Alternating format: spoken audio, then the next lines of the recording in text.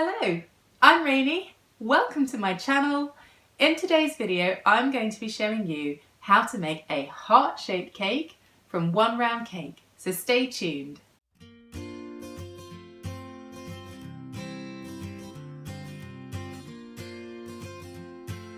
And if you're new to my channel and you like what you see, consider subscribing.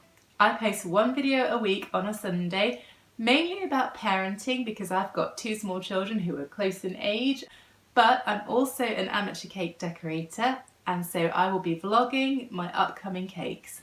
But without further ado, let's start this video. So to make this heart-shaped cake, I started off with an 8-inch round chocolate fudge cake, which I filled and crumb-coated with chocolate fudge icing. You can obviously use other flavours of cake, but you just need to make sure that you pick something that is sturdy because you're going to be sculpting with it. So something like a Madeira is good as well. If you'd like to know how to make this cake, I've already done a video tutorial on it and I will link to it in the description below, or you can also see it in the I button above. I also used white chocolate ganache in this recipe, and I used a 3:1 ratio, so that's 3 parts white chocolate to 1 part double cream. And so for this one, I used 300 grams of white chocolate and 100 mils of double cream. And then I put it for 30-second bursts into the microwave until all the lumps had gone. And then if there were any lumps left, I would pop it back into the microwave for another 30 seconds.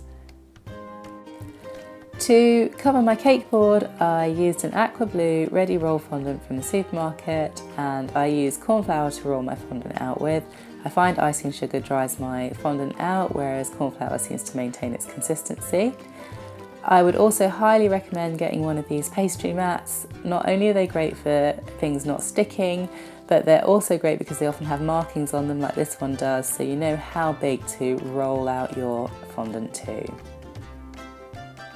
Once you've rolled out your fondant large enough to fit your cake board, you want to just brush it with some water using a pastry brush, and then you're just going to gently lift your fondant. I do it over my arm and place it down on your cake board. I use a rolling pin to then just roll it out a little bit, and then obviously a cake smoother to get it really nice and smooth. I like to cut off the excess as much as possible because I find that the weight of the excess fondant can cause it to tear as you lift. And then I just will run it round with a sharp knife, taking off all that excess as cleanly as possible. If my knife starts to get covered in icing, I just rub the knife in some of the excess icing and it gets it off. And finally, to make my board really pretty, I will usually finish it off with a ribbon, and I'll usually just run it around the board to get a rough idea of how big to make it, and then I will use a glue gun to adhere it to the board.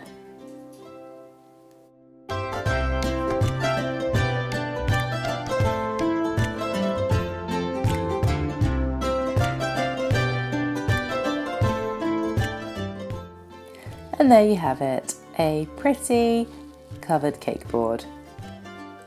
So on to the fun part. The first thing to do when you're thinking about sculpting your cake is to find the dead center of your cake. I do this by measuring the diameter of my cake and then hitting the middle point from lots of different angles around the cake so that I get a rough idea of where that center actually is. And then I'll poke a hole. And then what you're going to do is take out a right angle slice. So I've got this on a square cake board just to help me line it up. And so if you line up with 2 of the corners, then you're going to get a fairly decent right angle, like so.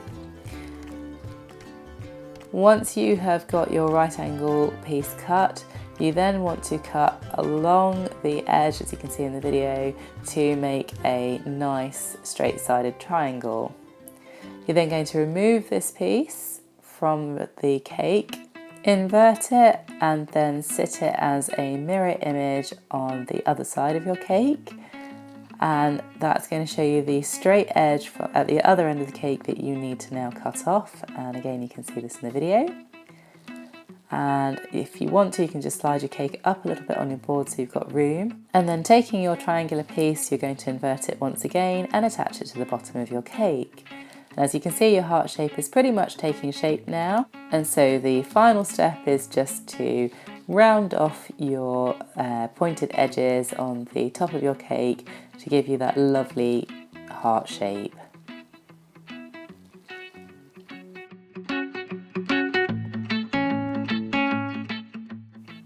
Once you're happy with the shape of your cake, the next step is just to use a little bit more of your chocolate fudge icing or whatever icing you're using to just glue that loose piece, that loose triangular piece, back onto your cake.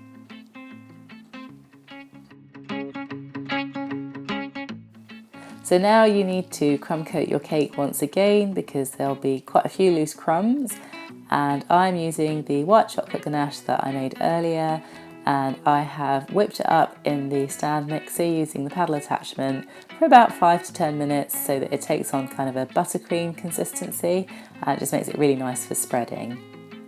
You want to try and spread it as evenly as possible around your cake. I use an offset spatula, and I also sometimes use a bench scraper as well, but I didn't do it for this one. But it just gives you some really nice clean edges.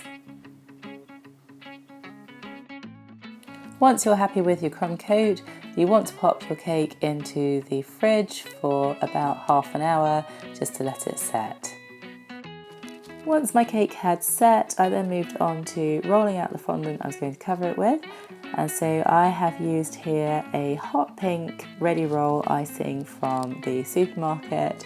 And I like to just use a single back and forth motion, and then I turn the fondant after every movement until it gets a bit big, and then I try really hard to just make sure it's one smooth roll right across the fondant. This just means that you don't get lots of lumps and bumps, but of course if you do, you can then smooth it out with your fondant smoother. I then brushed my cake with a little bit of water just to make it that bit tacky so that my fondant had something to stick to. And then same motion again, I lift the fondant up and over my arm and then just place it across the cake until I'm happy with my position. And then I use the fondant smoother to really glue it on the top, and then I will just go around and work with my hands really carefully, gently lifting out that skirt of fondant around the bottom, gently using the palm of my hand to push the icing into the cake. And then if I find any ripples or lumps, I just keep lifting that skirt up again, pulling it out and pushing in.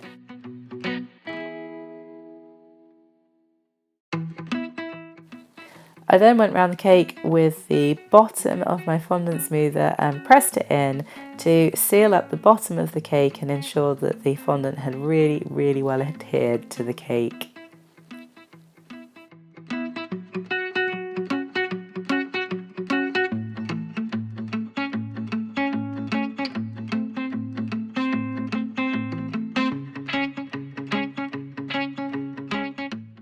Once I was happy with how my cake was covered, I then took a sharp knife and carefully traced around the base of my cake to cut off the excess fondant. You'll also notice that I had already placed my crumb-coated cake onto my prepared cake board, my covered cake board, before I covered it in fondant. I just find this easier. Some people might find it easier to cover the cake first and then put it onto the covered cake board, but I find that I always end up messing up my fondant somehow in transit, so for me it's just a lot easier to do it on the cake board. And then my final step was to decorate this cake.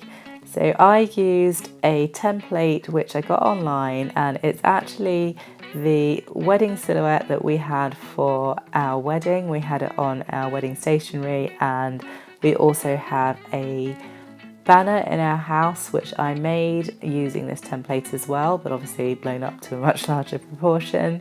And because I made this cake for Valentine's Day, I wanted it to signify obviously our wedding day, because I'm a little bit sentimental like that. So this was the design that I used. And here I am using my airbrush to airbrush in the design to the cake. It was the first time I got to use my airbrush, so I was enjoying having a bit of a play with it. And yeah, you might be wondering why I'm giving my husband a pink cake, but these were actually our wedding colours, so it does have some significance. So that was the design once I removed the template, and I was really chuffed with how it came out.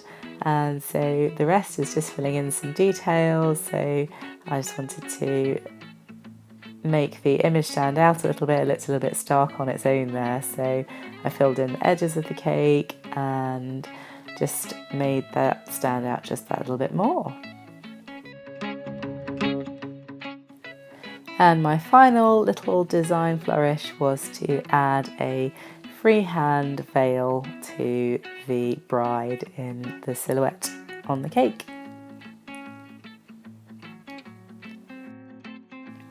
And as I hope you'll agree, the result was really cute and romantic, so I was really pleased with how it turned out. And this was it, ready to be presented to my husband on his return from work.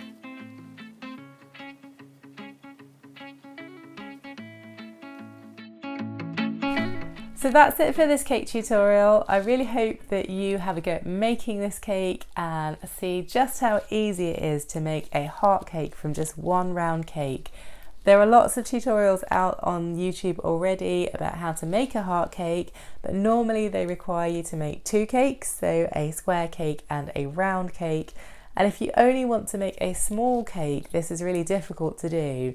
So I thought that this would be a great hack to show you guys how to do this from just a round cake. As always, I would love to hear from you guys, so let me know what you thought in the comments below. And if you have a go at making this cake, then I would love to hear all about it. And especially if you take pictures of it, and if you're on Instagram, then I would love it if you would tag me in your photos so that I can see all the wonderful cakes that you guys make. My name is Rainey S. Johnson, so you can follow me there. But that's it for this video, guys. Thank you so much for watching. Don't forget, if you like it, then give it the thumbs up, share it with your friends, and don't forget to hit that subscribe button below. Thank you so much for watching, and I'll see you in the next one. Bye!